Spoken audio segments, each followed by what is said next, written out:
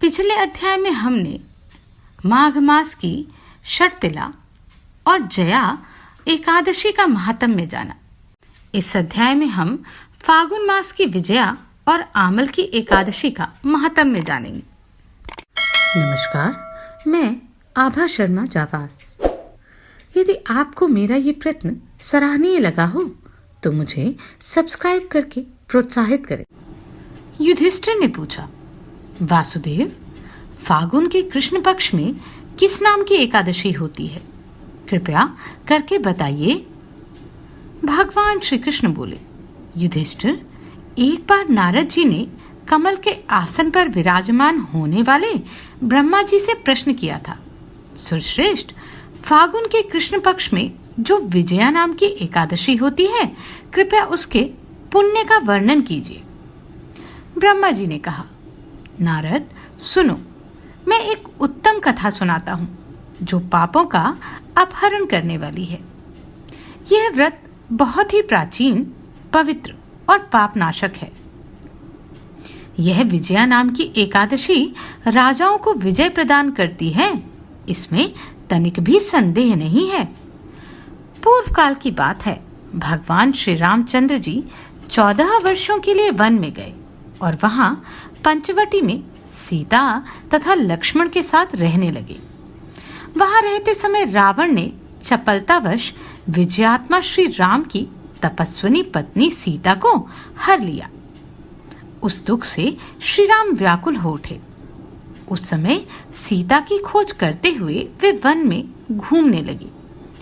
कुछ दूर जाने पर उन्हें जटायु मिले, जिनकी आयु समाप्त हो चुकी थी।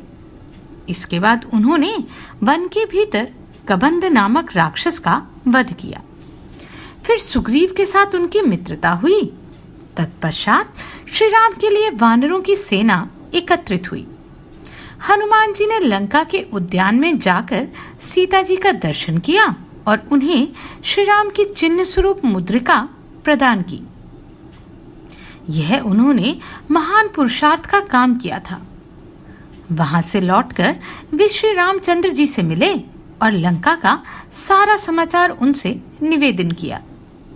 हनुमान जी की बात सुनकर श्री राम ने सुग्रीव की अनुमति ले लंका को प्रस्थान करने का विचार किया और समुद्र के किनारे पहुंचकर उन्होंने लक्ष्मण से कहा, सुमित्रा नंदन, किस पुण्य से इस समुद्र को पार किया जा सकता है? यह अत्यंत अगाध और भयंकर जल जंतुओं से भरा हुआ है। मुझे ऐसा कोई उपाय नहीं दिखाई देता जिससे इसको सुगमता से पार किया जा सके। लक्ष्मण बोले, महाराज, आप ही आदिदेव और पुराण पुरुष पुरुषोत्तम हैं। आपसे क्या छिपा है?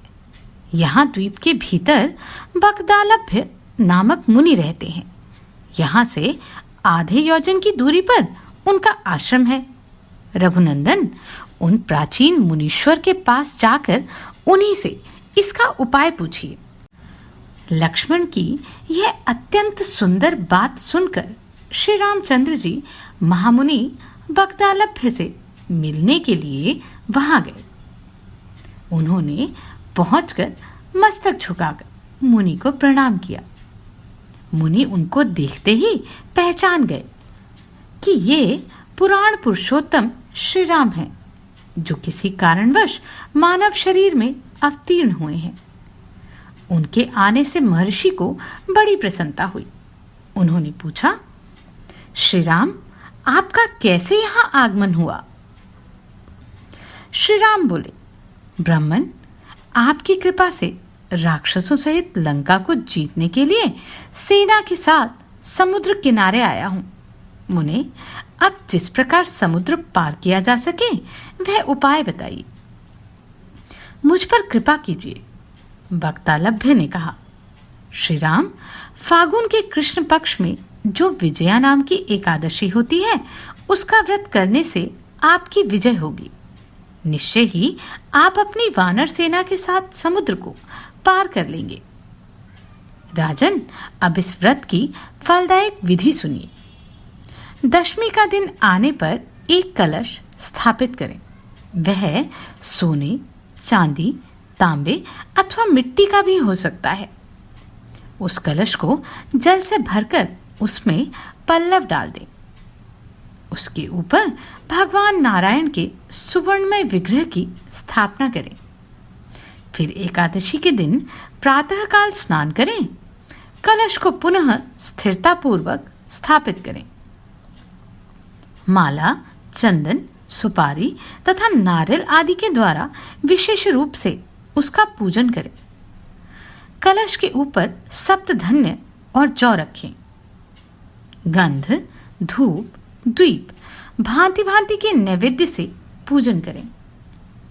कलश के सामने बैठकर वह सारा दिन उत्तम कथा वार्ता आदि के द्वारा व्यतीत करें तथा रात में भी वहां जागरण करें। अखंड व्रत की सिद्धि के लिए घी का दीपक जलाएं।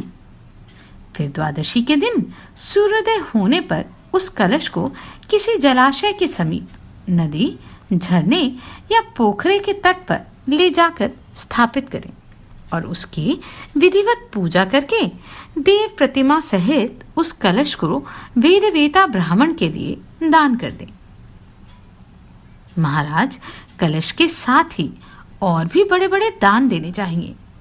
श्री राम, आप अपने यूथपतियों के साथ इसी विधि से प्रयत्न पूर्वक विजया का व्रत कीजिए। इससे आपकी विजय होगी। ब्रह्मा जी कहते हैं, नारद, यह सुनकर श्री रामचंद्र जी मुनि के कथनानुसार उस समय विजया एकादशी का व्रत करने लगे। उस व्रत के करने से श्री रामचंद्र जी विजयी हुए। उन्होंने संग्राम में रावण को मार डाला, लंका पर विजय पाई और सीता को पुनः प्राप्त किया। बेटा, जो मनुष्य इस विधि से व्रत करते हैं उन्हें इस लोक में विजय प्राप्त होती है और परलोक भी अक्षय बना रहता है। भगवान श्री कृष्ण कहते हैं, युधिष्ठिर, इस कारण विजया का व्रत करना चाहिए। इस प्रसंग को पढ़ने और सुनने से वाजपेयी यज्ञ का फल मिलता है। युधिष्ठिर ने कहा, श्री कृष्ण, मैंने विजया एकादशी का महात्म्य जो महान फल देने वाला है सुन लिया। अब फागुन शुक्ल पक्ष की एकादशी का नाम और महात्म्य बताने की कृपा कीजिए। भगवान श्री कृष्ण बोले, महाभाग धर्मनंदन, सुनो, तुम्हें इस समय वह प्रसंग सुनाता हूं जिसे राजा मंधाता के पूछने पर महात्मा वशिष्ठ ने कहा था। फागुन शुक्ल पक्ष की एकादशी का नाम आमल की है। इसका पवित्र व्रत विष्णुलोक की प्राप्ति कराता है। मंधाता ने पूछा था, द्विजश्रेष्ठ, यह आमल की कब उत्पन्न हुई, मुझे बताइए। वशिष्ठ जी ने कहा, महाभाग, सुनो, पृथ्वी पर आमल की उत्पत्ति किस प्रकार हुई यह बताता हूं। आमल की महान वृक्ष है जो सब पापों का नाश करने वाला है। भगवान विष्णु के थूकने पर उनके मुख से चंद्रमा के समान कांतिमान एक बिंदु प्रकट हुआ। वह बिंदु पृथ्वी पर गिरा। उसी से आमल की अर्थात आंवले का महान वृक्ष उत्पन्न हुआ। यह सभी वृक्षों का आदिभूत कहलाता है। इसी समय समस्त प्रजा की सृष्टि करने के लिए भगवान ने ब्रह्मा जी को उत्पन्न किया था। उन्हीं से इन प्रजाओं की सृष्टि हुई है। देवता, दानव, गंधर्व, यक्ष, राक्षस, नाग तथा निर्मल अंतःकरण वाले महर्षियों को ब्रह्मा जी ने जन्म दिया। उनमें से देवता और ऋषि उस स्थान पर आए जहां विष्णुप्रिया आमलकी का वृक्ष था। महाभाग, उसे देखकर देवताओं को बड़ा विस्मय हुआ। वे एक दूसरे पर दृष्टिपात करते हुए उत्कंठापूर्वक उस वृक्ष की ओर देखने लगे और खड़े खड़े सोचने लगे कि पल्लक्ष अर्थात पाकर आदि के वृक्ष तो पूर्व कल्प की ही भांति हैं, जो सबके सब हमारे परिचित हैं, किंतु इस वृक्ष को हम नहीं जानते। उन्हें इस प्रकार चिंता करते देख आकाशवाणी हुई, महर्षियों, यह सर्वश्रेष्ठ आमलकी का वृक्ष है जो विष्णु को प्रिय है। इसके स्मरण मात्र से गोदान का फल मिलता है। स्पर्श करने से इससे दूना और फल भक्षण करने से तिगुना पुण्य प्राप्त होता है। इसलिए सदा प्रयत्नपूर्वक आमलकी का सेवन करना चाहिए। यह सब पापों को हरने वाला वैष्णव वृक्ष बताया गया है। इसके मूल में विष्णु, इसके ऊपर ब्रह्म, स्कंद में परमेश्वर भगवान रुद्र, शाखाओं में मुनि, टहनियों में देवता, पत्तों में वसु, फूलों में मरुदगण तथा फलों में समस्त प्रजापति वास करते हैं। आमल की सर्वदेवमयी बताई गई है। अतः विष्णु भक्त पुरुषों के लिए यह परम पूजनीय है। ऋषि बोले, अव्यक्त स्वरूप से बोलने वाले महापुरुष, हम लोग आपको क्या समझें? आप कौन हैं? देवता हैं या कोई और? हमें ठीक ठीक बताइए।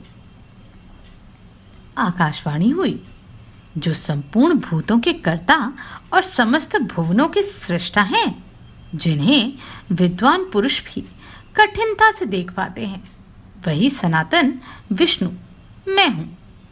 देवादिदेव भगवान विष्णु का कथन सुनकर उन ब्रह्म कुमार महर्षियों ने नेत्र आश्चर्य से बड़े हो गए। उन्हें बड़ा विस्मय हुआ। वे आदि अंतरहित भगवान की स्तुति करने लगे। ऋषि बोले, संपूर्ण भूतों के आत्मभूत आत्मा एवं परमात्मा को नमस्कार है। आपकी महिमा से कभी च्युत न होने वाले अच्युत को नित्य प्रणाम है। अंतरहित परमेश्वर को बारंबार प्रणाम है। दामोदर कवि अर्थात सर्वज्ञ और यज्ञेश्वर को नमस्कार है। मायापते, आपको प्रणाम है। आप विश्व के स्वामी हैं, आपको नमस्कार है।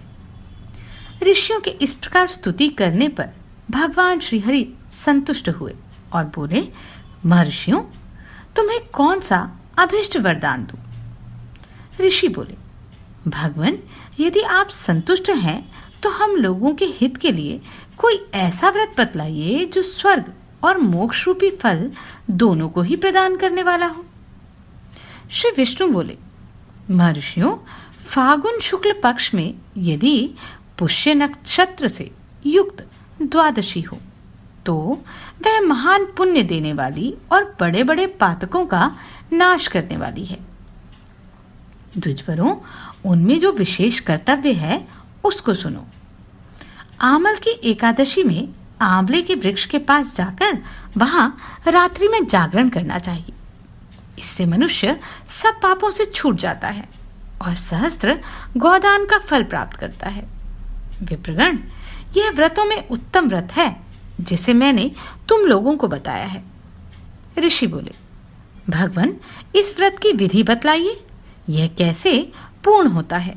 इसके देवता, नमस्कार और मंत्र कौन से बताए गए हैं? उस समय स्नान और दान कैसे किया जाता है? पूजन की कौन सी विधि है तथा उसके लिए मंत्र क्या है? इन सब बातों का यथार्थ रूप से वर्णन कीजिए। भगवान विष्णु ने कहा, द्विजवरों, इस व्रत की जो उत्तम विधि है उसको श्रवण करो। एकादशी को प्रातःकाल दंत धावन करके ये संकल्प करें कि हे पुंडरीकाक्ष, हे अच्युत, मैं एकादशी को निराहार रहकर दूसरे दिन भोजन करूंगा। आप मुझे शरण में रखें। ऐसा नियम लेने के बाद पतित, चोर, पाखंडी, दुराचारी, मर्यादा भंग करने वाला तथा गुरु पत्नीगामी मनुष्य से वार्तालाप ना करें। अपने मन को वश में रखते हुए नदी में, पोखरे में, कुएं पर अथवा घर में ही स्नान करें। स्नान से पहले शरीर में मिट्टी लगाएं।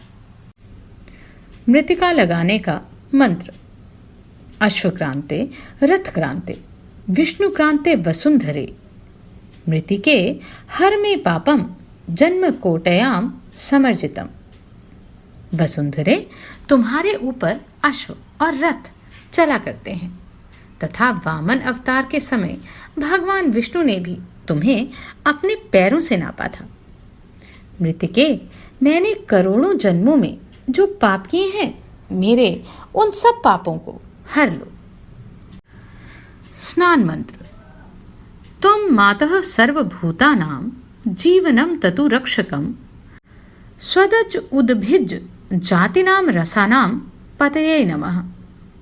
सनातो अहं सर्वतीर्थेषु हृदप्रस्थ वनेषु च नदेषु देवखातेषु इदं स्नानं तु मे भवेत्। जल की अधिष्ठात्री देवी मातः, तुम संपूर्ण भूतों के लिए जीवन हो, वही जीवन जो स्वदेज और उद्भिज जाति के जीवों का भी रक्षक है। तुम रसों की स्वामिनी हो, तुम्हें नमस्कार है। आज मैं संपूर्ण तीर्थों, कुंडों, झरनों, नदियों और देव संबंधी सरोवरों में स्नान कर चुका। मेरा ये स्नान उक्त सभी स्नानों का फल देने वाला हो। विद्वान पुरुष को चाहिए कि वह परशुराम जी की सोने की प्रतिमा बनवाए। प्रतिमा अपनी शक्ति और धन के अनुसार 1 या आधे माह से सुवर्ण की होनी चाहिए। स्नान के पश्चात घर आकर पूजन और हवन करें। इसके बाद सब प्रकार की सामग्री लेकर आंवले के वृक्ष के पास जाएं। वहां वृक्ष के चारों ओर की जमीन झाड़ बुहार लीप पोत कर शुद्ध करें। शुद्ध की हुई भूमि में मंत्रपाठ पूर्वक जल से भरे हुए नवीन कलश की स्थापना करें। कलश में पंचरत्न और दिव्य गंध आदि छोड़ दें। श्वेत चंदन से उसको चर्चित करें। कंठ में फूल की माला पहनाएं। सब प्रकार की धूप की सुगंध फैलाएं। जलते हुए दीपकों की श्रेणी सजा कर रखें। तात्पर्य यह है कि सब ओर से सुंदर एवं मनोहर दृश्य उपस्थित करें। पूजा के लिए नवीन छाता, जूता और वस्त्र भी मंगा कर रखें। कलश के ऊपर एक पात्र रखकर उसे दिव्य लाजों अर्थात खीलों से भर दें। फिर उसके ऊपर सुवर्ण में परशुराम जी की स्थापना करें।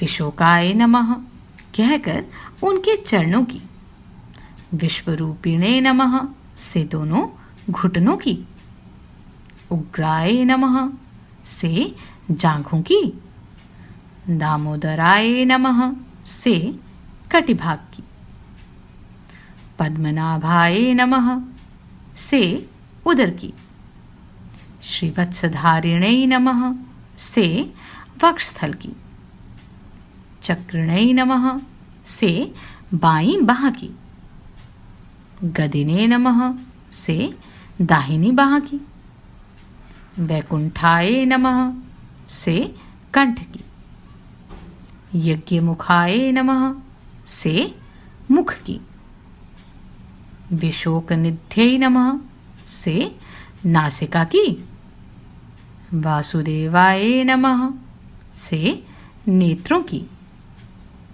वामनाय नमः से ललाट की, सर्वात्मने नमः से संपूर्ण अंगों तथा मस्तक की पूजा करें। ये ही पूजा के मंत्र हैं। तदनंतर भक्तियुक्त चित्त से शुद्ध फल के द्वारा देवादिदेव परशुराम जी को अर्घ्य प्रदान करें। अर्घ्य का मंत्र इस प्रकार है। नमस्ते देव देवेश जामदग्नि नमस्तुते गृहाणाम अर्घ्यम इबं दत्तम आमलकेया युक्तम हरे।